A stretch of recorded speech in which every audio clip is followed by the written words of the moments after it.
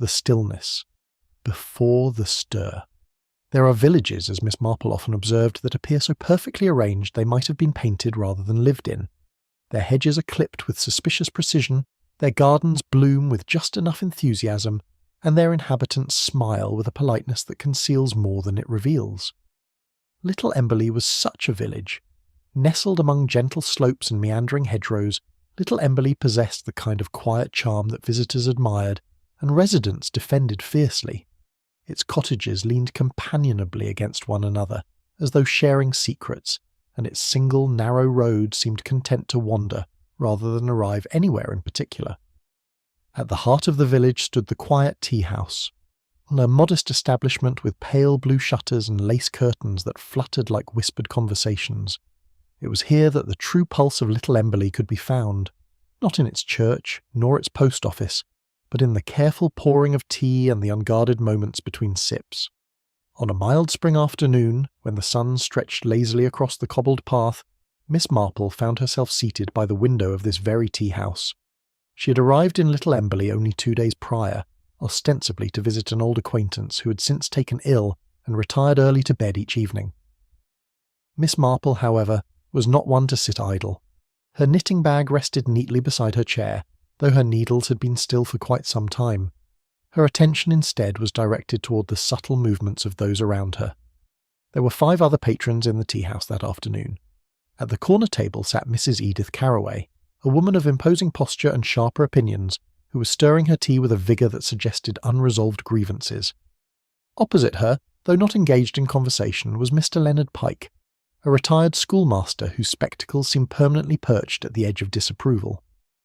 Near the counter stood Clara Hensley, the proprietor of the tea-house, whose warm demeanour and attentive service made her beloved by nearly everyone in the village. She moved gracefully between tables, her hands steady, her smile unwavering. And then, of course, there was the visitor. He had arrived shortly before Miss Marple, his presence immediately altering the atmosphere in a way that was difficult to define but impossible to ignore. Tall, and neatly dressed and carrying himself with a quiet confidence, he introduced himself simply as Mr. Adrian Whitlock. "Passing through," he had said when Clara inquired. But Miss Marple had noticed the way his eyes lingered, not on the menu, nor the decor, but on the people. It was not curiosity exactly, it was recognition. Such things rarely went unnoticed by her. Mr. Whitlock had taken a seat near the centre of the room, where he now engaged Mrs. Carroway in polite conversation. Their voices were low, but the tone, strained civility, was unmistakable. Miss Marple adjusted her shawl slightly and allowed her gaze to drift, as though idly observing, though her mind was quietly at work. "Sugar, miss?" Clara asked gently, appearing at her side. "Just 1 lump, thank you, my dear," Miss Marple replied with a small smile. "You have quite a charming establishment here. That's very kind of you," Clara said. "We like to keep things peaceful." "Yes," Miss Marple murmured. "Peaceful." It was such a curious word, she thought. Often used, rarely accurate.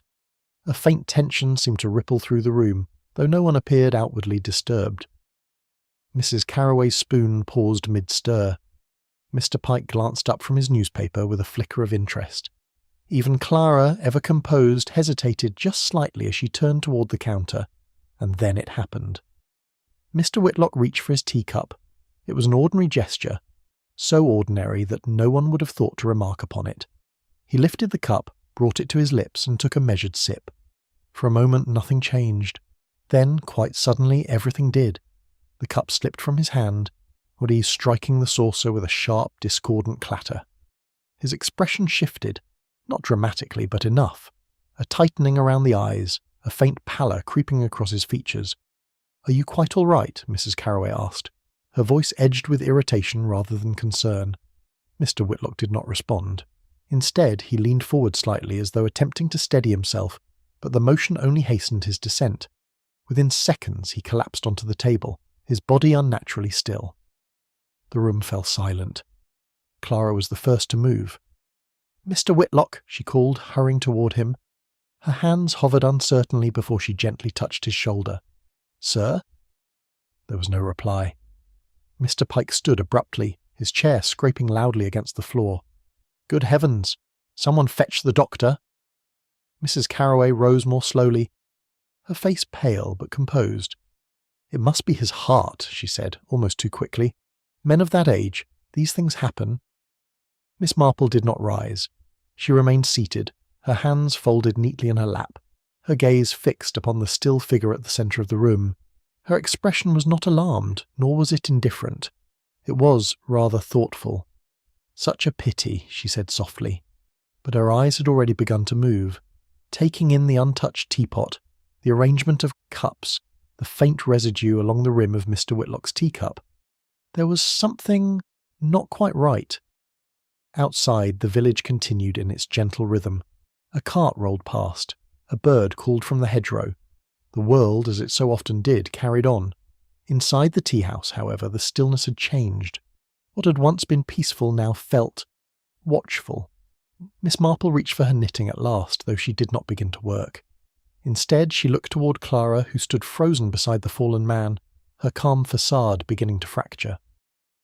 "My dear," Miss Marple said gently, "perhaps you might recall who prepared the tea?" Clara blinked as though returning from a great distance. I did, of course, as always." "Of course," Miss Marple replied. She glanced once more at Mr. Whitlock, a visitor, a stranger, and yet, she thought, not entirely unknown. "No," Miss Marple murmured to herself almost imperceptibly, "not peaceful at all." And in that quiet village, where nothing ever seemed to happen, something had begun. In villages like Little Emberley, events rarely unfolded in isolation. They rippled, quietly at first, then with a persistence that was impossible to ignore. By the time the doctor arrived at the quiet tea-house, the story had already begun to settle into something neat and acceptable. "Heart failure," Mrs. Carroway declared for the third time, as though repetition might transform assumption into fact. "It was written all over him. That dreadful pallor." "Indeed," murmured Mr. Pike, though his tone suggested he had not formed quite so firm an opinion. Miss Marple, seated as before, listened without interruption. The village doctor, Dr. Harold Fenwick, was a brisk man of middle years, whose efficiency often stood in place of deeper curiosity. He knelt beside the still figure of Mr. Adrian Whitlock and conducted his examination with practised speed. A hand to the wrist, a brief inspection of the eyes, a thoughtful frown that did not linger long enough to be considered troubling. "Well," he said at last, rising and dusting his hands lightly, "there's nothing to be done. He's quite gone." Clara Hensley let out a soft, strangled breath. "But so suddenly—" Yes, Dr. Fenwick replied, not unkindly. "These things often are. A weakness of the heart, no doubt. Perhaps exacerbated by travel or fatigue. Perfectly natural." "Natural," Mrs. Carroway echoed with a certain satisfaction. Miss Marple's knitting needles clicked softly together, though no stitch had yet been formed. "Doctor," she said gently, "forgive an old woman's curiosity, but was there any sign of distress prior to his collapse?" Dr. Fenwick glanced at her, mildly surprised. "Distress. Well, he appeared uncomfortable for a moment, I suppose, but that is not unusual in such cases." "Indeed," Miss Marple said. "And the tea?" "The tea?" he repeated. "Yes. He had just taken a sip, had he not?" Clara nodded quickly. "Yes, miss. I had just served it." Dr. Fenwick gave a small shrug. "Coincidence, I should think. Timing can be deceptive." "Quite so," Miss Marple agreed, though her tone suggested she found the coincidence rather more interesting than deceptive. The body was soon removed, carried out with a solemnity that felt slightly rehearsed. Outside, a small gathering had already formed, villagers drawn by the subtle magnetism of misfortune. Their voices rose and fell in hushed speculation, each version of the event shaped to suit its teller. Inside, the tea-house began its slow return to order. Clara moved mechanically, clearing the table where Mr. Whitlock had sat. Her hands trembled only once, just slightly as she reached for the teacup. She paused, and then set it aside rather than placing it with the others. Miss Marple noticed. "My dear," she said softly, "you mustn't overexert yourself. It has been a trying afternoon." Clara managed a faint smile. "I'm quite all right, thank you. Just a little shaken. Quite understandable." There was a silence then, not uncomfortable, but filled with unspoken thoughts. "It's never happened before," Clara added, almost to herself. "Not here." "No," Miss Marple said. "I imagine it has not." Mrs. Carroway had resumed her seat, though her tea remained untouched. "One cannot help but feel," she began, "that such things are best forgotten quickly. Dwelling on them serves no purpose." "On the contrary," Miss Marple replied mildly, "I have often found that the smallest details, when properly considered, can be most illuminating." Mrs. Carroway gave a thin smile. "You're fond of details, I see." "Immensely." Mr. Pike folded his newspaper with a deliberate precision. "It is curious, though," he said, adjusting his spectacles. "A stranger arrives, speaks to no one in particular, and then this." "Not entirely no one," Miss Marple observed. "He seemed to know Mrs. Carroway, at least in passing." Mrs. Carroway stiffened. "I have met many people. One cannot be expected to remember every face." "Of course not," Miss Marple said. "Memory is a most selective thing."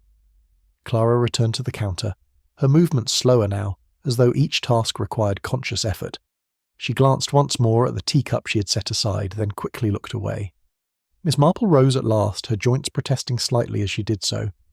She crossed the room with unhurried steps and paused beside the table where the incident had occurred. "May I?" she asked, indicating the cup. Clara hesitated. "I suppose so." Miss Marple lifted it carefully, holding it up to the light. There was a faint residue along the inner rim, not unusual perhaps, but not entirely unremarkable either. "Such delicate china," she said. "One must always take care." She set the cup down again, precisely where it had been. "You see," she continued almost conversationally, "in villages we grow accustomed to patterns. The same faces, the same routines. When something disrupts that pattern, even slightly, it tends to leave a trace." Mrs. Carroway gave a small, dismissive laugh. "You speak as though this was some great mystery." Miss Marple turned to her, her expression serene. "Do I?" There was a pause. Then outside, the murmuring crowd had begun to disperse, their curiosity satisfied for the moment. The afternoon light had shifted, casting longer shadows across the floor. Dr. Fenwick returned briefly, his hat in hand. "I shall make the necessary arrangements," he said. "In the meantime, I suggest everyone try to rest. There is no cause for alarm." "No cause at all," Mrs. Carroway agreed. Miss Marple inclined her head. "Thank you, Doctor." He departed with the same brisk efficiency with which he had arrived. For a time no one spoke. Then Miss Marple gathered her things, adjusting her shawl with care. "I believe I shall take a short walk," she said. "The air does one good after such disturbances." Clara nodded. "Of course, miss. Thank you for your kindness." Miss Marple smiled gently. "Kindness is rarely misplaced, my dear, though it is sometimes misunderstood." She moved toward the door, pausing only once to glance back at the room. At Clara, standing behind the counter, her composure just barely intact. At Mr. Pike, who pretended to read but did not turn a single page, and at Mrs. Carroway, whose teacup remained untouched. "Yes," Miss Marple murmured softly as she stepped outside into the quiet village air. "A most curious accident." But there was nothing in her expression that suggested she believed it to be one. The air outside the quiet tea-house carried the deceptive freshness of spring, as though nothing at all had occurred within its pale blue walls. The villagers of Little Emberley had begun their quiet dispersal, each returning to their routines with an eagerness that spoke less of calm than of avoidance. In Miss Marple's experience, people were always most eager to return to normal when normal had been disturbed. She walked slowly along the narrow lane, her steps unhurried, her eyes gently observant. A woman passed her with a polite nod, though her gaze flickered briefly with curiosity. Two men stood near the postbox, speaking in low tones that ceased the moment Miss Marple drew near. Yes, the ripples had begun. Such things spread quickly, she murmured to herself, faster than jam on warm toast in some cases. She turned toward the small green at the centre of the village, where a bench sat beneath a flowering tree. It was here that she found Mr. Leonard Pike, seated with his newspaper folded neatly beside him, though he did not appear to be reading. "Ah, Miss Marple, is it?" he said, as she approached. "Taking the air?" "Yes," she replied, settling herself beside him. "I find it most restorative. And you?" "Much the same," he said, though his tone lacked conviction. Regrettable incident, that." "Indeed." There was a pause, filled with the distant hum of village life. "You're not from Little Emberley?" Mr. Pike said after a moment. "No," Miss Marple replied, "but I have spent a great deal of time in villages not unlike it." "Then you will understand," he said, lowering his voice slightly, "that we are not accustomed to Disturbances? Miss Marple smiled faintly. On the contrary, Mr. Pike, I have found that villagers are rather more accustomed to disturbances than they care to admit. They simply prefer to keep them well hidden. He regarded her with a thoughtful expression. You think there is more to this, then? I think, she said carefully, that a man does not always collapse at precisely the moment he takes a sip of tea without some contributing factor. Mr. Pike adjusted his spectacles. You mean to suggest? I mean only that it is worth considering, Miss Marple interrupted gently. He nodded slowly. I did notice something peculiar. Oh? Mrs. Carroway, he said. She seemed eager to conclude it was his heart. Yes, Miss Marple said. That did strike me as rather prompt. She's not a woman given to uncertainty, Mr. Pike added. But even so, Miss Marple folded her hands in her lap. And Mr. Whitlock, had you seen him before? Mr. Pike hesitated.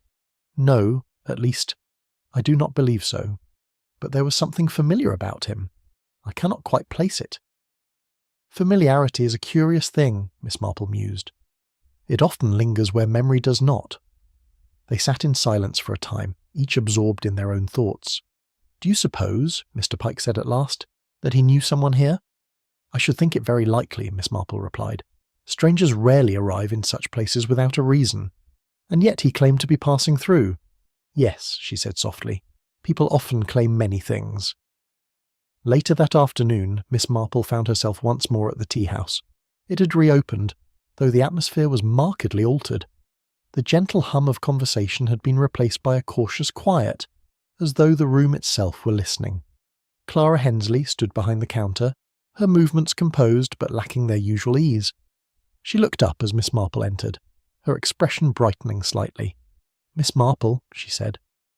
I wasn't sure you would return. My dear, Miss Marple replied, removing her gloves.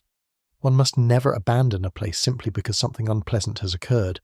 That would leave very few places to go. Clara smiled faintly. That is quite true. Miss Marple took her usual seat by the window. A cup of tea, if you please. Of course. As Clara prepared the tea, Miss Marple observed her carefully, not with suspicion but with the quiet attention she afforded all things. You have been here long, I believe? She asked. Nearly 10 years, Clara replied. It was my aunt's before me. A lovely inheritance. Yes, Clara said softly. I've always tried to keep it just as she would have wanted. Miss Marple nodded. And today must have been quite a shock. Clara paused, her back turned. Yes. You knew Mr. Whitlock? The question was gentle, almost casual. Clara turned slowly. No, I don't believe I did. Don't believe? Well, I mean, he wasn't a regular. I've never seen him here before. Of course, Miss Marple said. But sometimes we recognize people even when we cannot quite place them. Clara hesitated. Perhaps, but I don't recall him. Miss Marple accepted the tea with a small nod of thanks. Memory can be a tricky thing. Clara returned to the counter, though her movements had grown more deliberate. A bell chimed softly as the door opened. Mrs. Carroway entered, her posture as rigid as ever. She glanced briefly at Miss Marple, then took a seat without acknowledging her. Tea, she said to Clara, but no sugar. Yes, Mrs. Carroway. The silence that followed was not entirely comfortable. Miss Marple sipped her tea thoughtfully. Such a pity about Mr. Whitlock, she said loud, as though remarking on the weather. Mrs. Carroway's hand tightened slightly around her teacup. Yes, most unfortunate. I wonder, Miss Marple continued, what brought him here. I cannot imagine it concerns us, Mrs. Carroway replied sharply. No, Miss Marple said. Perhaps not. But her eyes, gentle though they were, did not leave Mrs. Carroway's face. Still, she added, it is always interesting when the past finds its way into the present. Mrs. Carroway's gaze flickered. I beg your pardon? Only a general observation, Miss Marple said lightly. Clara set down the teapot with a soft clink. For a moment no one spoke. Then Mrs. Carroway rose abruptly. I find I have lost my appetite, she said. Good day. She left without another word, the bell chiming sharply behind her. Miss Marple watched her go. Such a strong reaction, she murmured. Clara busied herself with the cups, though her hands were not entirely steady. You mustn't mind Mrs. Carroway, she said quickly. She's always been a little particular." "I'm sure," Miss Marple replied. But her thoughts were elsewhere, on a stranger who was not entirely a stranger, on a woman who recognised more than she admitted, and on a cup of tea that had arrived at precisely the wrong moment. "Yes," Miss Marple said softly, lifting her teacup once more. "There is something here, something quite deliberate." Outside, the village remained as it always had, quiet, orderly, and composed. But beneath that calm surface, something had begun to stir. The following morning in Little Emberley arrived with a deceptive gentleness. Sunlight filtered through lace curtains, and birds sang with determined cheerfulness, and the rhythm of village life resumed its usual predictable pace. Milk was delivered, gates were opened, and greetings exchanged with polite familiarity. But beneath it all, something had shifted. Miss Marple, who had long ago learned to distrust the appearance of calm, sat by the window of her lodging with a letter resting unopened in her lap. Her thoughts were not on correspondence, but on Mr. Adrian Whitlock, on the curious nature of his arrival, and the even more curious manner of his departure. "A man does not simply appear and vanish without leaving something behind," she murmured, "even if it is only discomfort." She rose at last, folded the letter neatly, and set it aside. There were, she felt, certain practical matters that required attention. Her first destination was the modest cottage of Dr. Harold Fenwick. He answered the door himself, looking faintly surprised but not displeased to see her. "Miss Marple, is it?" "Come in, come in." "Thank you, Doctor," she said, stepping inside. "I hope I'm not intruding." "Not at all, though I confess I did not expect. Well, any further inquiries regarding yesterday's incident?" Miss Marple smiled gently. "I have always found that a second look can be most instructive." Dr. Fenwick gestured toward a chair. "Very well, though I fear I have little more to add. It was, in my opinion, a straightforward case." "Of heart failure," Miss Marple said. "Yes." She folded her hands in her lap. "And you are quite certain?" He hesitated, only briefly. "As certain as one can be without a post-mortem." "Ah," Miss Marple said softly. "There will be no post-mortem, then?" "I see no reason for one," he replied. "There were no signs of violence, no indication of foul play." "No," she agreed. "Only a rather unfortunate coincidence." Dr. Fenwick frowned slightly. "You refer to the tea?" "I do," he sighed. "Miss Marple, I understand your curiosity, but I assure you, there is nothing to suggest the tea was involved. And yet," she said, "it was the last thing he consumed. Timing, nothing more." Miss Marple regarded him kindly. "Of course, though I have known timing to be quite purposeful on occasion." He shifted slightly in his chair. "You suspect something, then?" "I suspect," she replied, "that Mr. Whitlock did not come to Little Emberley by accident." Dr. Fenwick said nothing. "And if he did not arrive by accident," she continued, "it is possible that his death was not entirely accidental either." The doctor exhaled slowly. "Even if that were the case, what would you have me do? There is no evidence, only speculation." Miss Marple nodded. "Quite so. Evidence has a way of revealing itself in time. One must simply be attentive." She rose, smoothing her gloves. "Thank you, Doctor. You have been most helpful." "I'm not sure that I have," he said. Miss Marple smiled. "Oh, but you have. You have confirmed that no one is looking too closely." And with that she departed, leaving Dr. Fenwick with a faint sense of unease he could not quite explain. Her next visit was to the village post office, a small tidy space that smelled faintly of paper and ink. Behind the counter stood Miss Eliza Trent, a woman whose efficiency was matched only by her enthusiasm for information. "Good morning, Miss Marple," she said brightly. "Out and about early, I see." "Yes," Miss Marple replied. "I find mornings most conducive to clarity. I quite agree. And after yesterday, well, one can hardly think of anything else." "Quite," Miss Marple said. "Tell me, Miss Trent, do many visitors pass through Little Emberley?" "Not particularly," she said. "A few now and then. Walkers, mostly. Why do you ask?" "Oh, I was just thinking of Mr. Whitlock." Miss Trent's eyes lit with interest. "Ah, yes. Terrible business. Came out of nowhere, didn't he?" "Did he?" Miss Marple asked gently. "Well, I suppose he must have. No one seemed to know him." "Are you quite sure?" Miss Trent hesitated. "Well, now that you mention it, there was something—" "Yes? I did see him the day before," she said slowly. "Late afternoon." He was standing just outside looking at the notice board. And did he post anything? No, just stood there for a while, as though he were considering something. Did he speak to anyone? Not that I saw. Miss Marple nodded thoughtfully. And you are quite certain it was the same man? Oh yes, Miss Trent said. I remember his face. There was something about it. Serious, I suppose.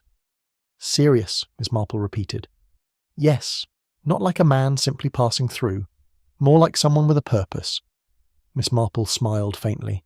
Yes, I think that is very likely. By the time she returned to the quiet tea house, the midday light had begun to soften. Clara was there as always, though her smile seemed more fragile than before. Miss Marple, she said, you've been busy? A little, Miss Marple replied. I find it helps to keep one's mind occupied, Clara nodded. I've been trying to do the same. Miss Marple took her seat. My dear, may I ask you something? Of course. Yesterday, before Mr. Whitlock arrived, did anything unusual occur? Clara frowned slightly. Unusual? No, I don't think so. No one came in? No deliveries, perhaps? There was a delivery in the morning, Clara said. Milk, as usual, and some fresh pastries. And after that? Clara shook her head. Nothing out of the ordinary. Miss Marple sipped her tea. And you prepared all the tea yourself? Yes, I always do. Even when it is busy? Yes. Miss Marple set down her cup. That is quite admirable, though it must be rather demanding. Clara smiled faintly. One gets used to it. There was a pause. Clara, Miss Marple said gently, did Mr. Whitlock say anything to you? Clara's expression changed. Only slightly, but enough. No, she said. Not really. Not really. He just ordered tea. Nothing more. Miss Marple regarded her quietly. I see. Clara turned away, busying herself with the cups. Miss Marple did not press further. Not yet. Instead, she looked around the room, the same tables, the same quiet order, and yet it no longer felt the same. There was a presence now, not of the man who had died, but of something he had brought with him. Something unresolved. Something waiting. Miss Marple folded her hands once more. A stranger who is not entirely a stranger, she murmured. A visit that was not accidental, and a death that came too neatly to be ignored. She looked toward the door as though expecting someone. Shadows, she said softly. They have a way of following us, even into the most peaceful places. And in Little Emberley, the shadow of Mr. Adrian Whitlock had only just begun to stretch. Miss Marple had often remarked, though rarely aloud, that human nature was much like knitting. At first glance one saw only a pattern, neat, orderly, reassuring, but upon closer inspection there were always loose threads, knots, and small irregularities that told a far more interesting story. That afternoon, seated once again in the quiet tea-house, she held her knitting in her hands, not merely as a habit, but as a quiet metaphor. Patterns, she murmured softly, her needles clicking at last. One must always look for the pattern. The room was quieter than usual, though not empty. A young couple sat near the window, speaking in subdued tones. An elderly man occupied the far corner, his attention fixed firmly on a book he had not turned a page of in several minutes. And behind the counter, Clara Hensley moved with careful precision, as though each action required deliberate thought. Miss Marple watched her for a time before speaking. "My dear," she said gently, "you mustn't exhaust yourself." Clara looked up. "Oh, I'm quite all right, Miss Marple." "Yes," Miss Marple said. "You have said so before." Clara hesitated, then offered a small, tired smile. "It's just been a difficult couple of days." "Quite understandable." Miss Marple set aside her knitting. "I was thinking," she continued, "about Mr. Whitlock." Clara's hand stilled for a fraction of a second. "He seemed," Miss Marple went on, "to be a man with something on his mind." "I wouldn't know," Clara said quickly. "He didn't say much." "No," Miss Marple agreed, "but sometimes silence speaks rather loudly." Clara turned away, reaching for a teapot that did not require her attention. Miss Marple allowed the silence to settle before continuing. "Tell me," she said, "have you always lived in Little Emberley?" "Yes," Clara replied, "all my life." "And your aunt before you?" "Yes," Miss Marple nodded. "It is a lovely thing to remain rooted in one place. Though it does mean one cannot easily leave certain things behind." Clara did not respond. Memories, for instance, Miss Marple added softly. At that, Clara turned.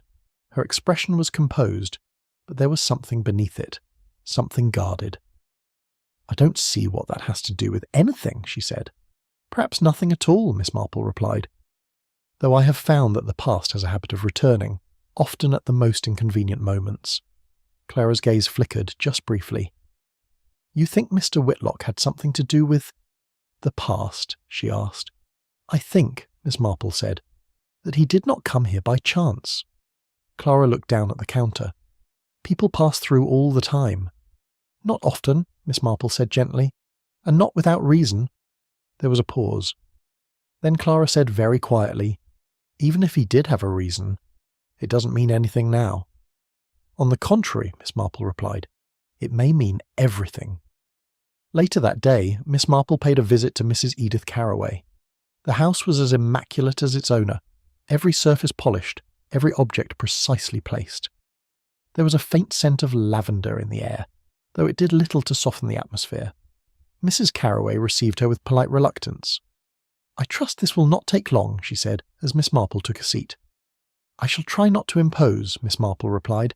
I merely wish to ask you a few questions. I cannot imagine I have anything useful to offer. One never knows, Miss Marple said. Mrs. Carroway folded her hands. Very well. You spoke with Mr. Whitlock before his collapse. Yes. Did you know him? Mrs. Carroway's expression did not change. As I said before, I have met many people, of course, but this was not a casual acquaintance, I think. No, she said coolly.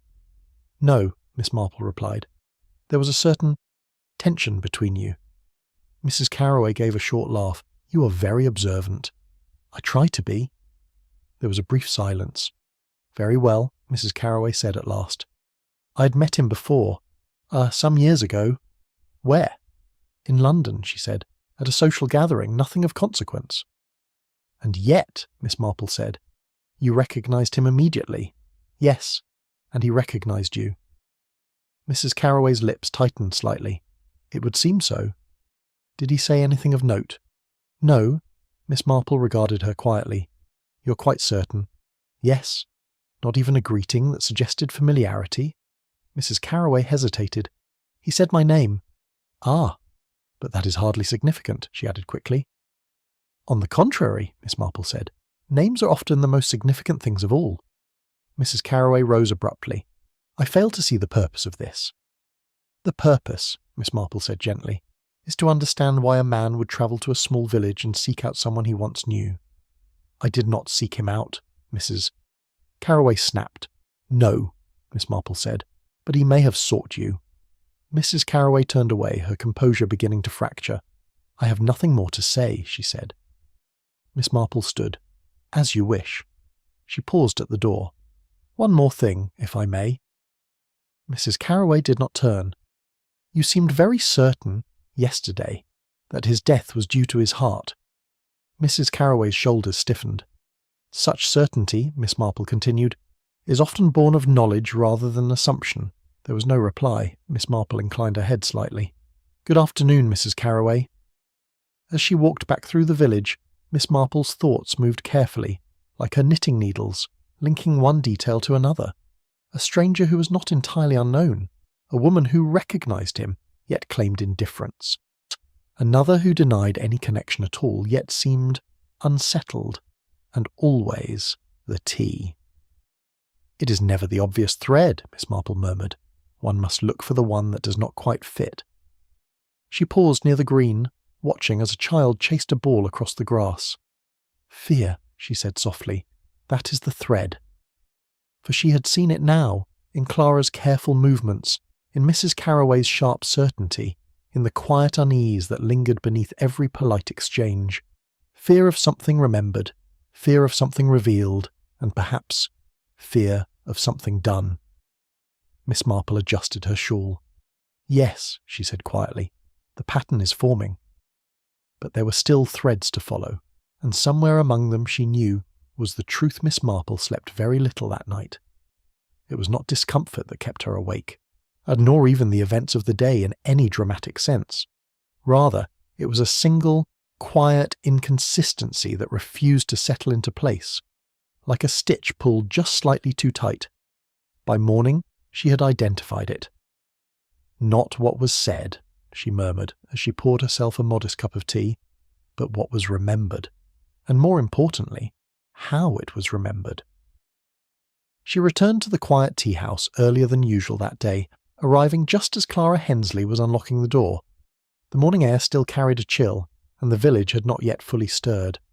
Clara looked faintly surprised. "Miss Marple, you're early." "I find it a most productive hour," Miss Marple said pleasantly. "Before the day has had a chance to complicate itself." Clara smiled faintly and stepped aside to let her in. Inside, the tea house felt different in the early light, quieter, almost vulnerable, as though its usual warmth had yet to awaken. "I thought I might help," Miss Marple said, removing her gloves. "If you don't mind, of course." "Oh, that's very kind, but there's really no need." "Nonsense," Miss Marple interrupted gently. "Even the smallest assistance can be of use." Clara hesitated, then nodded. "Well, if you're sure." "I am." Miss Marple moved toward the counter, her eyes already taking in the arrangement of cups, the polished teapots, the neatly stacked saucers. "So orderly," she said. "You must have a very good system."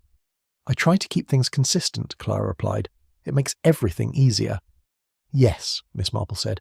"Consistency is most reassuring." She picked up a teacup, examining it briefly before setting it down. "Tell me."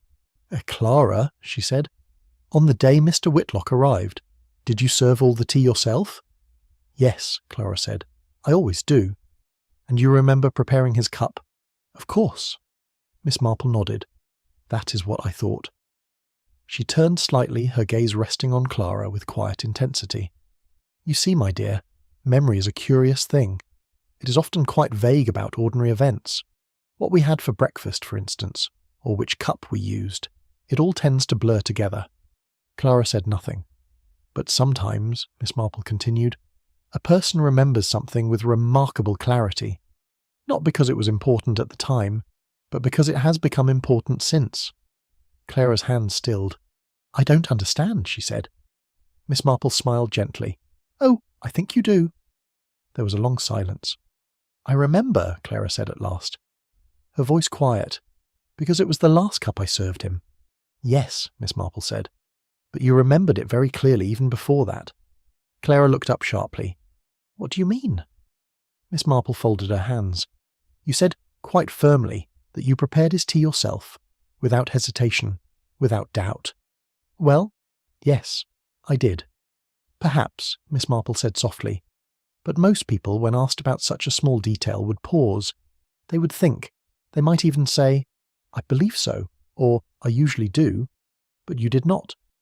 Clara's expression had grown pale. "You were certain," Miss Marple continued, "and certainty in such matters is rarely accidental." Clara turned away, gripping the edge of the counter. "I don't see what you're suggesting." "I am suggesting nothing," Miss Marple replied, "only observing." The bell above the door chimed, breaking the tension. Mr. Leonard Pike entered, removing his hat with a polite nod. "Good morning." "Good morning, Mr. Pike," Miss Marple said. "You're up early as well." "Yes, well. One finds it difficult to remain idle after recent events." "Quite so." He took his usual seat, though his eyes lingered on Clara as though sensing something unspoken. "Tea, please," he said. "Of course," Clara replied, her voice steady but subdued. As she moved to prepare it, Miss Marple watched closely. "Such careful hands," she murmured. "You measure everything precisely, don't you?" "I like things to be done properly," Clara said. "Yes," Miss Marple said. "Properly." She glanced toward the shelf where the tea tins were kept. "And the tea itself, do you use the same blend for everyone?" "Yes," Clara said, "unless someone requests otherwise." "And Mr. de Whitlock?" "He didn't request anything special," Miss Marple nodded. "No, he would not have needed to." Clara's hand faltered slightly as she poured the water. Mr. Pike cleared his throat. "I heard something rather interesting this morning," he said, attempting a lighter tone. "It seems Mr. Whitlock had been seen in the village the day before." "Yes," Miss Marple said, "near the post office." "You know about it?" "I make it a point to notice such things." Mr. Pike nodded. "Then you must also find it curious." "I find many things curious," Miss Marple replied. He leaned forward slightly. Do you think he came here to see someone?" Miss Marple's gaze shifted almost imperceptibly toward Clara. "I think," she said, "that he came here with a purpose." Clara set the teacup down with a soft clink. "And I think," Miss Marple added, "that he found what he was looking for." The morning passed slowly. A few villagers came and went, their conversations cautious, their glances lingering just a little too long. Miss Marple remained seated, her knitting untouched once more. She watched, she listened, and she waited. Because she knew now that the truth was not hidden in some grand revelation, but in something far smaller, a moment of certainty, a memory too clear, a cup of tea that had been prepared, with intention. As the hour grew later, Clara approached her table. "Miss Marple," she said quietly, "may I ask you something?" "Of course, my dear." "Do you think it was murder?" Miss Marple looked at her for a long moment. Then she said, very gently, "Yes."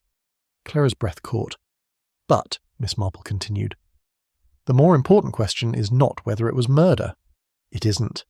"No," she said. "The important question is, why?" Clara lowered her gaze. "And when we understand that," Miss Marple said softly, "we shall understand everything." She reached for her teacup, holding it lightly in her hands. "Yes," she murmured, "everything is in the cup." And somewhere, in that quiet village, the truth was beginning to rise, slowly, like steam from freshly poured tea. There are moments, Miss Marple often reflected, when a mystery ceases to be a puzzle of what happened, and becomes instead a question of what came before. For in such cases the present is merely the final act of a much longer story, one that began quietly, perhaps years ago, and has only now reached its inevitable conclusion. Little Emberley, for all its stillness, or had begun to feel like such a place. That afternoon Miss Marple chose not to visit the quiet tea-house immediately. Instead, she turned her steps toward the far edge of the village, where the cottages grew sparser, and the road seemed to lose interest in being a road at all. It was there that she found the small, ivy-covered house belonging to Mrs. Agnes Wilmot. Mrs. Wilmot was not, by any means, an important figure in the village. She did not host gatherings, nor did she involve herself in the affairs of others. But she had lived in Little Emberley for nearly 40 years, and Miss Marple had long believed that such longevity often came with a quiet accumulation of knowledge. The door was opened after a moment's delay.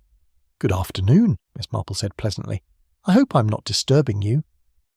Mrs. Wilmot peered at her, her expression cautious but not unfriendly.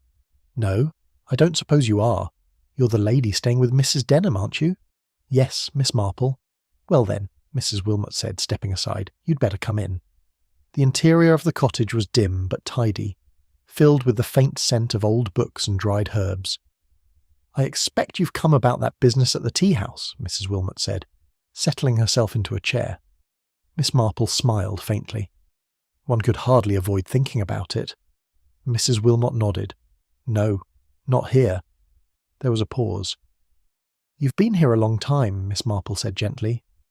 "Long enough," Mrs. Wilmot replied. "Seen most things come and go." "And people?" "Oh yes," she said. "People too." Miss Marple folded her hands. "Then perhaps you might remember someone by the name of Whitlock." Mrs. Wilmot's gaze sharpened. "Whitlock," she repeated slowly. "Yes, I remember that name." Miss Marple did not speak. "There was a family," Mrs. Wilmot continued, "as years ago. Not in the village itself, but just beyond it. Big house. Hartwell Lodge." "And the name?" "Whitlock," she said. "Mr. and Mrs. Whitlock and a young boy." Miss Marple's expression remained calm, though her attention had sharpened. "What happened to them?" she asked. Mrs. Wilmot sighed.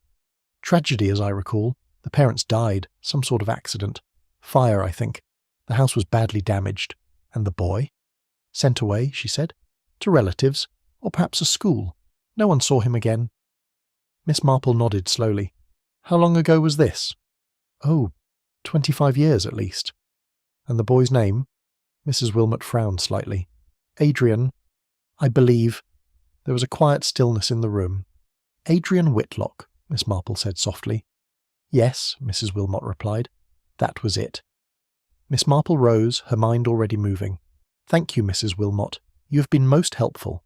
"Well," the old woman said. "It's not often anyone asks about such things. Most people prefer to forget." "Yes," Miss Marple said, "but forgetting does not make them disappear."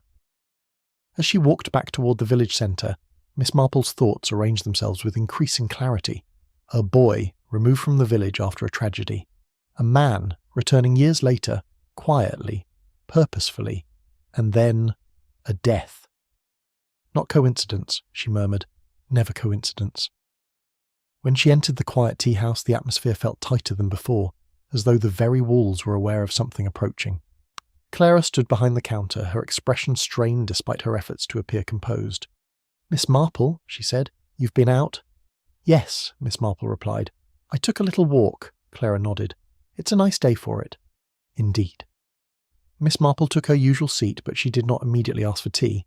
Instead, she said quite gently, "Clara, do you remember Hartwell Lodge?" The effect was immediate. Clara froze. What?" she said. "Hartwell Lodge," Miss Marple repeated. "Just beyond the village. It belonged to the Whitlock family." Clara's face had gone pale. "I don't know what you're talking about," she said. Miss Marple regarded her steadily. "No? No? Strange," Miss Marple said softly. "I would have thought such a place would be remembered." Clara turned away, her hands trembling slightly. It was a long time ago," she said. "Before my time." Miss Marple said nothing for a moment. Then she spoke again, her voice as gentle as ever. "You were a child then, I believe. But children remember more than we think." Clara's grip tightened on the counter. "I said I don't remember," she insisted. Miss Marple inclined her head. "Of course." The bell above the door chimed. Mrs. Edith Carroway entered. She stopped when she saw Miss Marple. "Still here, I see," she said coolly. "For the moment," Miss Marple replied. Mrs. Carroway took a seat, her posture rigid. "Tea?" she said to Clara. "Yes, Mrs. Carroway." Miss Marple watched as Clara prepared the tea, her movements precise, controlled, but lacking their usual ease. "So many memories in a village," Miss Marple said lightly. "One cannot walk a single street without encountering them," Mrs. Carroway's eyes flickered. "I prefer not to dwell on the past." "And yet," Miss Marple said, "the past does not always grant us that luxury." Mrs. Carroway said nothing. "Tell me," Miss Marple continued, "did you know the Whitlock family?" The silence that followed was heavy. "Yes," Mrs. Carroway said at last. "I did." "And the boy?" Mrs. Carroway's lips tightened. "What of him?" Miss Marple met her gaze. "He has returned." Clara's hand slipped. The teacup she was holding struck the counter with a sharp crack, though it did not break. "No," Clara said, barely above a whisper. Mrs. Carroway did not move. "Adrian Whitlock," Miss Marple said quietly. "He came back to Little Emberley." There was no longer any doubt in the room, only silence, and something else. Recognition. "Yes," Miss Marple murmured. "The past has come back." And this time, it had not come quietly. Silence, Miss Marple often believed, was far more revealing than speech. Words could be arranged, softened, or sharpened to suit one's purpose, but silence, when it came suddenly and completely, was almost always the result of truth pressing too closely to be denied. The silence inside the quiet tea-house now was exactly of that kind. Clara stood motionless behind the counter, her hand still resting on the teacup she had nearly dropped. Mrs. Edith Carroway sat upright, her face pale but composed, though the tightness around her eyes betrayed something deeper. And Miss Marple, as always, remained perfectly calm. "It is curious," she said gently, "how long a memory can survive when it is tied to something unpleasant." No one replied. Miss Marple folded her hands neatly on the table. "A fire, for instance. Fires have a way of marking themselves not only upon buildings, but upon people."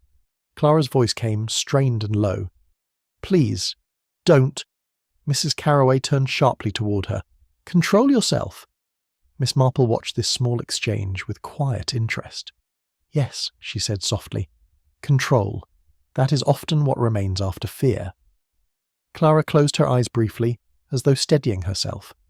"You knew," Miss Marple continued, her tone unchanged, "that Adrian Whitlock had returned.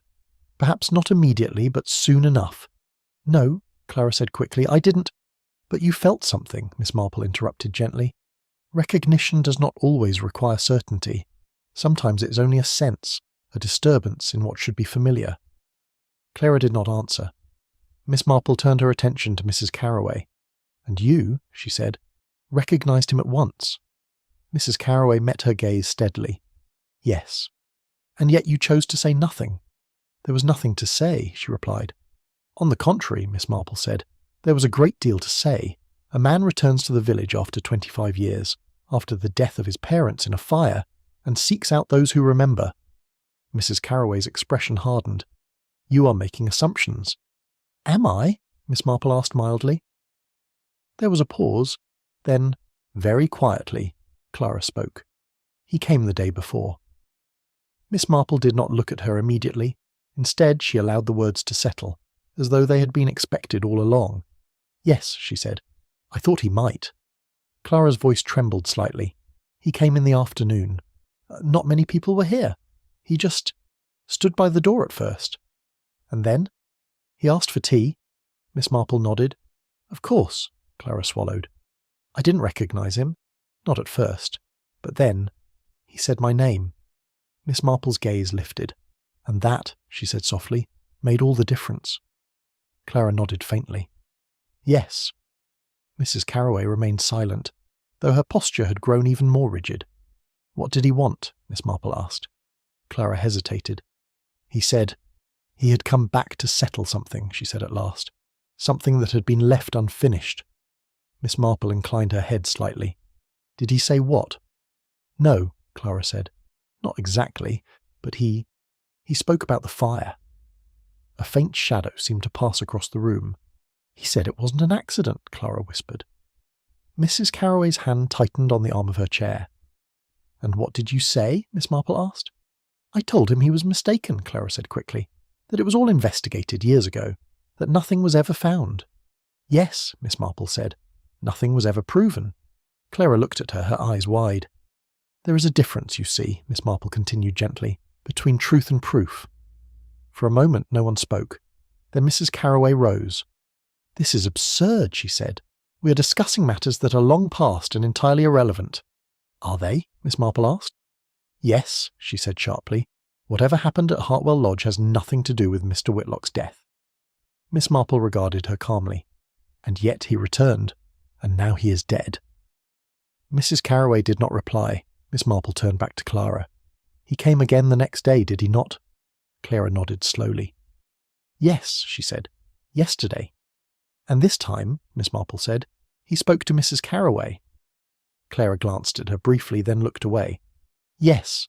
Miss Marple's eyes moved to Mrs. Carroway. "He approached you," she said, "not the other way round." Mrs. Carroway's silence was answer enough. "What did he say?" Miss Marple asked. Mrs. Carroway hesitated, only for a moment. "He said," she replied coldly, "that the past had a way of correcting itself." Miss Marple nodded. "A rather ominous sentiment." "He was being melodramatic," Mrs. Carroway said. "Nothing more." "Perhaps," Miss Marple said. "Or perhaps he believed he had discovered something." Mrs. Carroway's gaze sharpened. "Such as?" Miss Marple did not answer immediately. Instead, she reached for her teacup, turning it slowly in her hands. "A fire," she said at last. "A family tragedy. A child who survives and grows into a man who returns, convinced that what he was told as a boy was not the whole truth." She looked up. "It is a familiar pattern." Clara's voice was barely audible. "You think someone here had something to do with it?" Miss Marple's expression remained gentle. "I think," she said, "that Mr. Whitlock believed so." The tension in the room had become almost tangible.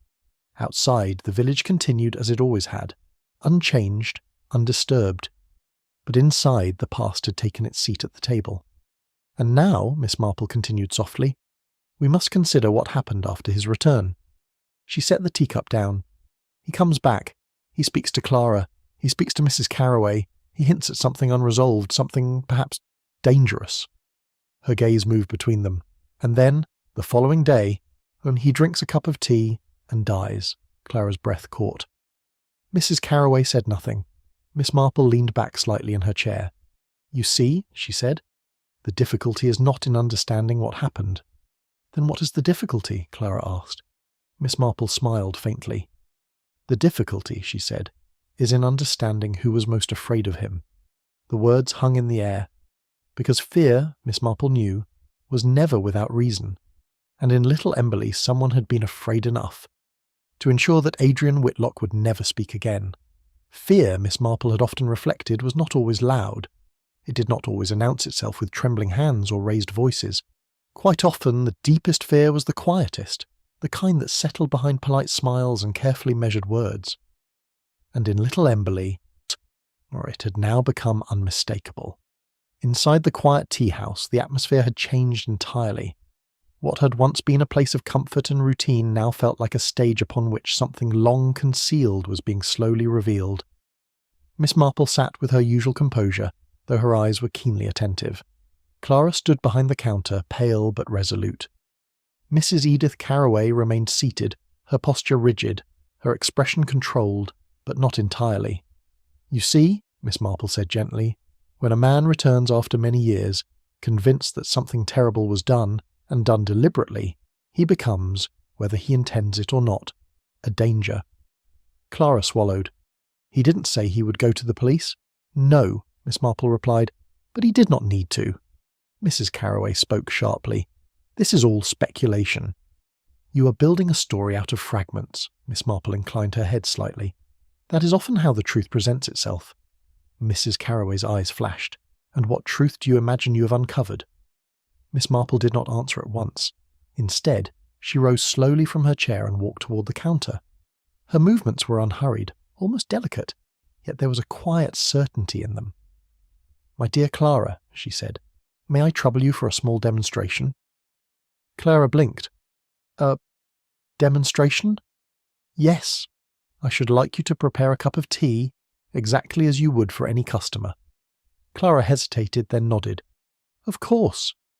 Her hands, though steady, carried a faint tension as she moved through the familiar motions, selecting the teacup, measuring the leaves, pouring the water. Miss Marple watched every detail.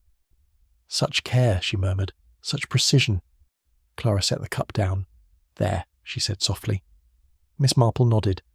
"Thank you." She did not touch the cup. Instead, she turned slightly, addressing both Clara and Mrs. Carroway. "You see, there is something rather important about tea," she said. "It is not merely the beverage itself, but the manner in which it is prepared. And by whom?" Mrs. Carroway frowned. "I fail to see the relevance." "Oh, but it is most relevant," Miss Marple replied, "because in a place like this, where one person prepares all the tea, there is very little opportunity for interference." Clara's breath caught. "Unless," Miss Marple continued gently, "the interference occurs before the tea is poured." Silence. Miss Marple's gaze moved to the shelf behind the counter. "The tea leaves themselves," she said. "They are stored in tins, are they not?" "Yes," Clara said faintly. "And used throughout the day." "Yes," Miss Marple nodded. "So if something were added to the tea leaves, something subtle, something not immediately noticeable, it would not affect only one cup." Mrs. Carroway leaned forward slightly. "Exactly, which proves your theory impossible. No one else fell ill." "Quite so," Miss Marple said, "which brings us to a rather interesting conclusion." She turned back to the counter, her eyes resting on the teacup Clara had just prepared. "The poison," she said softly, "was not in the tea leaves." Clara's hands gripped the edge of the counter. "Nor," Miss Marple continued, "was it added to the teapot." Mrs. Carroway's expression had grown still. "It was added," Miss Marple said, "to a single cup." The words seemed to settle over the room like a weight. "But that would require," Clara began, then stopped. "Yes," Miss Marple said gently, "it would require opportunity and certainty." She looked at Clara. "You remember, my dear, how certain you were that you prepared Mr. Whitlock's tea yourself?" Clara said nothing. "And you did," Miss Marple continued. "I have no doubt of it." Mrs. Carroway spoke again, her voice tight. "Then what are you suggesting?" Miss Marple turned to her. "I am suggesting," she said calmly, "that someone else had access to that cup. Briefly, but sufficiently."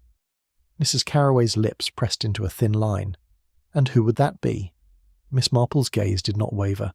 "Someone who knew Mr. Whitlock was there," she said. "Someone who recognised him. Someone who understood, perhaps better than anyone else, what his return might mean." Clara closed her eyes. "No," she whispered. Miss Marple's voice softened. "Fear," she said. "That is what guides such actions. Not anger, not hatred, but fear of what might be revealed." Mrs. Carroway rose abruptly. "This is absurd. You have no proof, only conjecture and insinuation." "Proof," Miss Marple said, "is a curious thing. It often arrives only after the truth has been understood." "And you believe you understand it?" Mrs. Carroway demanded. Miss Marple met her gaze. "Yes," she said quietly, "I believe I do."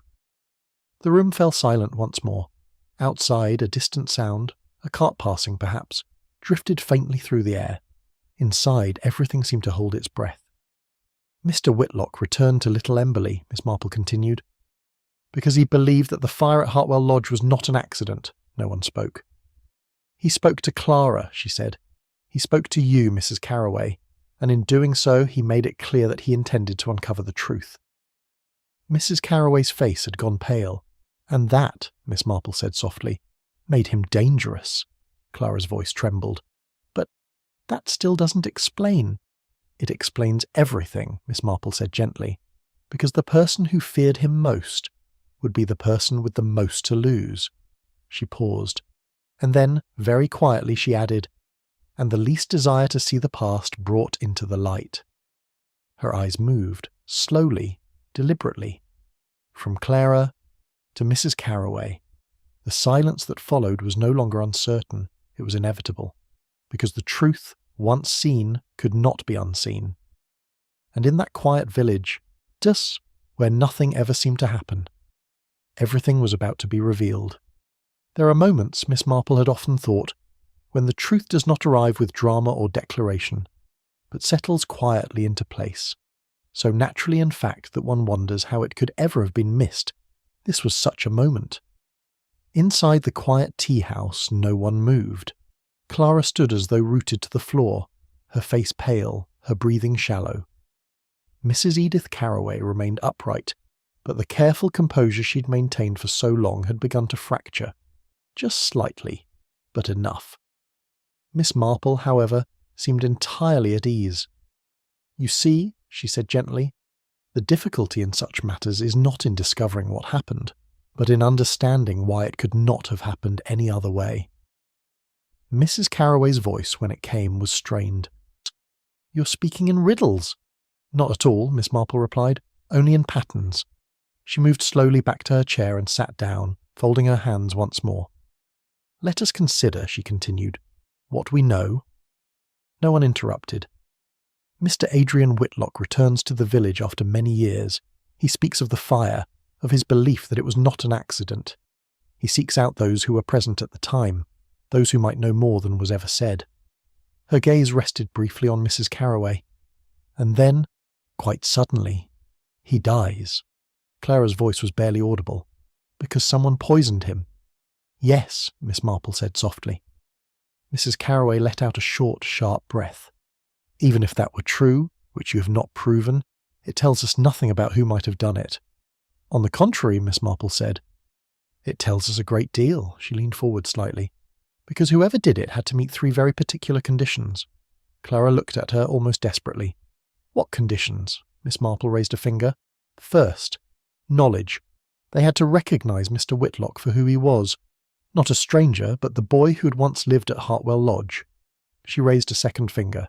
"Second, motive. They had to have a reason to fear what he might discover. Something in the past. Something connected to the fire." A third finger. "And third, opportunity. They had to have access to his teacup at precisely the right moment." She lowered her hand. "Now, when we consider these 3 conditions together, the possibilities become rather limited." The silence that followed was heavy, almost suffocating. Mrs. Carroway spoke at last, her voice low and controlled. "And you believe that I meet these conditions?" Miss Marple looked at her kindly. "My dear Mrs. Carroway," she said, "you meet 2 of them very well." Mrs. Carroway blinked. "2?" "Yes," Miss Marple said. "You recognised him, and you clearly had reason to fear him." Clara looked between them, confused. "Then, but you did not have the 3rd, Miss Marple continued gently. Mrs. Carroway's expression shifted, just slightly. You did not prepare the tea, Miss Marple said, nor did you have the opportunity to tamper with the cup without being seen. You remained seated. You spoke with him, yes, but you never approached the counter. Clara's breath caught. No, she whispered. Miss Marple turned her gaze slowly toward her. Yes, she said softly. No. Clara shook her head, stepping back slightly. No, I couldn't. My dear, Miss Marple said, her voice as gentle as ever, you had all 3 conditions. Clara's hands trembled. No. You recognized him, Miss Marple said. Perhaps not at once, but when he spoke your name, you remembered. Clara's eyes filled with tears. You had a reason to fear him, Miss Marple continued, because whatever happened at Hartwell Lodge, you were not merely a witness to it. Mrs. Carroway's head snapped toward her. And you had the opportunity, Miss Marple said quietly, more than anyone else. You prepared the tea. You handled the cups. You could have added something small, something unnoticeable, to a single cup without anyone suspecting. Clara's voice broke. No, please. Miss Marple did not raise her voice. She did not accuse. She simply observed. You were certain, she said, that you had prepared his tea, certain in a way that was unusual. Clara shook her head, tears slipping down her cheeks. I always do. No, Miss Marple said gently. You were certain because you remembered the moment, not because it was ordinary, but because it was not. The room seemed to shrink around them. He came back, Clara whispered. After all these years, he came back. Yes, Miss Marple said softly. And he said... Clara's voice faltered. He said he knew. Mrs. Carroway spoke sharply. Knew what? Clara turned to her, her expression filled with something raw and unguarded. The fire, she said. He said it wasn't an accident. Mrs. Carroway's face went still. Miss Marple watched them both. And was it? She asked gently. For a long moment no one spoke. Then Clara sank into a chair, her composure finally breaking. No, she said, her voice trembling. It wasn't. The words seemed to echo in the quiet room. Mrs. Carroway closed her eyes briefly. It was an accident, she said, though her voice lacked conviction. No, Clara said again, more firmly now. Not really. Miss Marple said nothing. She did not need to, because the truth once spoken had a way of continuing on its own. There was an argument, Clara said, her hands clasped tightly in her lap. That night, at Hartwell Lodge. I was there. My aunt worked for the family, and I was helping in the kitchen. Her voice shook, but she continued. Mr. Whitlock and Mrs. Whitlock. They were fighting, loudly, about money, about something that had gone wrong. I don't remember everything, but I remember the shouting. Mrs. Carroway remained silent, her face pale. I went upstairs, Clara said. I shouldn't have, but I did, and I saw... She stopped. Miss Marple waited. I saw Mrs. Carroway, Clara said at last. The words fell like a stone. She was there, Clara continued, in the study, with Mr. Whitlock. They were arguing too, about something serious. Mrs. Carroway's hands trembled slightly. And then, Clara whispered, there was a crash. A lamp fell. The curtains caught fire. Silence. It spread so quickly, Clara said. I was frightened. I ran. I didn't think. I just ran. And the Whitlocks? Miss Marple asked gently. Clara closed her eyes. They didn't get out. The room was utterly still. Miss Marple spoke at last. And Mrs. Carroway? Clara looked at her. She got out, she said. Miss Marple turned her gaze slowly to Mrs. Carroway. Which brings us, she said softly, to the final question. Mrs. Carroway did not move. If the fire was not entirely accidental, Miss Marple continued, and if Mr. Whitlock returned believing that someone was responsible, she paused, then what exactly was he about to reveal? The silence that followed was not empty. It was full of truth, full of fear, and full of something that had waited far too long to be spoken. There are endings, Miss Marple believed, that arrive not with resolution, but with a quiet sense of inevitability, like the final drop of tea falling into a cup that has long been too full. Inside the quiet tea-house, no one attempted to speak for several moments.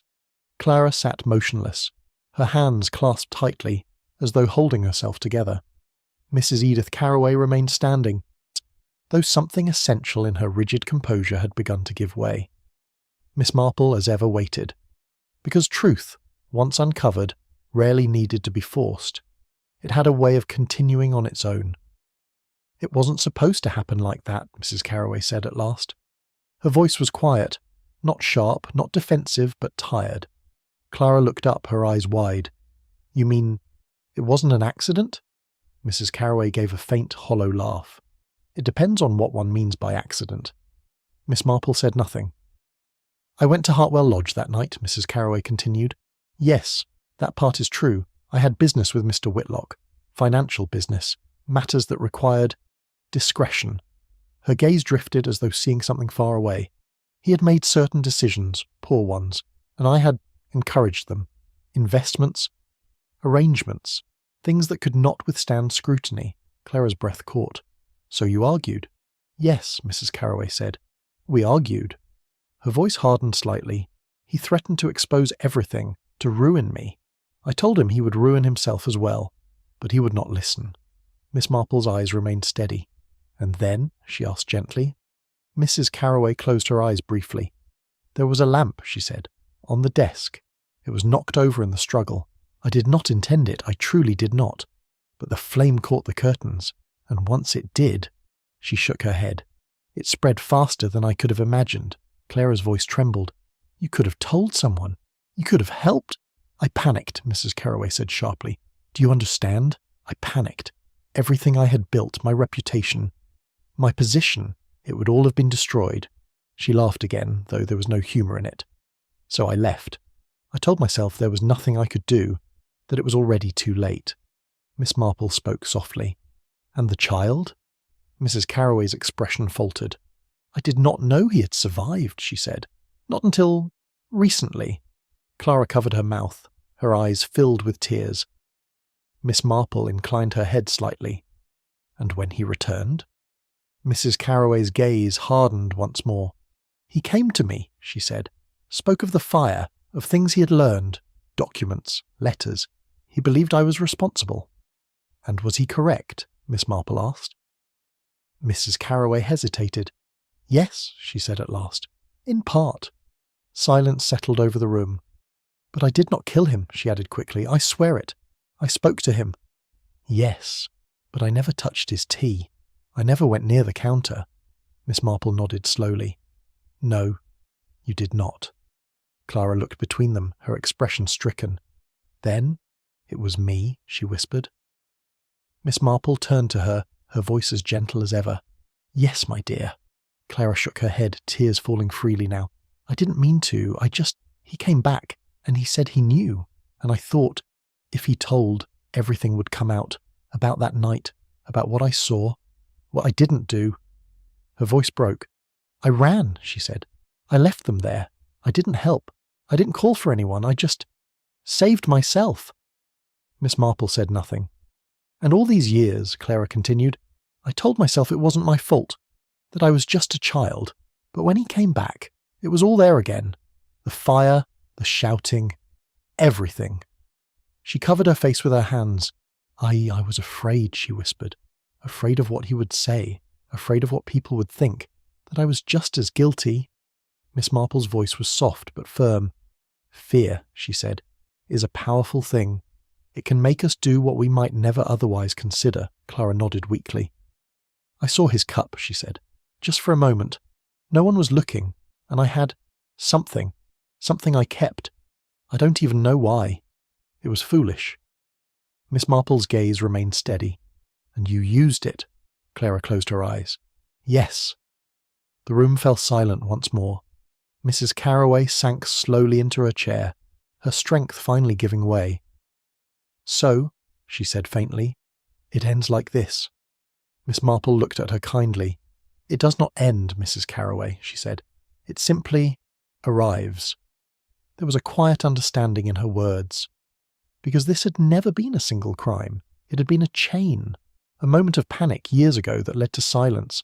A silence that led to fear. And fear, that led to murder. Later, as the authorities were sent for and the quiet village began to stir once more with whispers and speculation, Miss Marple sat by the window of the tea-house, her hands resting lightly in her lap. The room felt different now. Not lighter, exactly, but clearer. Clara had been taken away, her quiet composure replaced by something fragile but honest. Mrs. Carroway remained behind, awaiting what would come next, her certainty gone at last. Miss Marple looked down at the teacup before her. So much, she murmured softly, can be hidden in something so small. She lifted the cup, then set it down again without drinking. Outside, little Emberley continued as it always had, its cottages still, its hedges neat, its people polite. But something had changed, because the past once buried had been brought into the light, and in that light it had revealed not only guilt, but also the quiet, complicated nature of human hearts. Miss Marple rose slowly, adjusting her shawl. "Well," she said to herself, "I believe it is time I returned home. For there would always be other villages, other stories, other quiet places where nothing ever seemed to happen, until it did." And as she stepped out into the gentle afternoon, the door of the quiet tea-house closed softly behind her, leaving the echoes of truth to settle at last.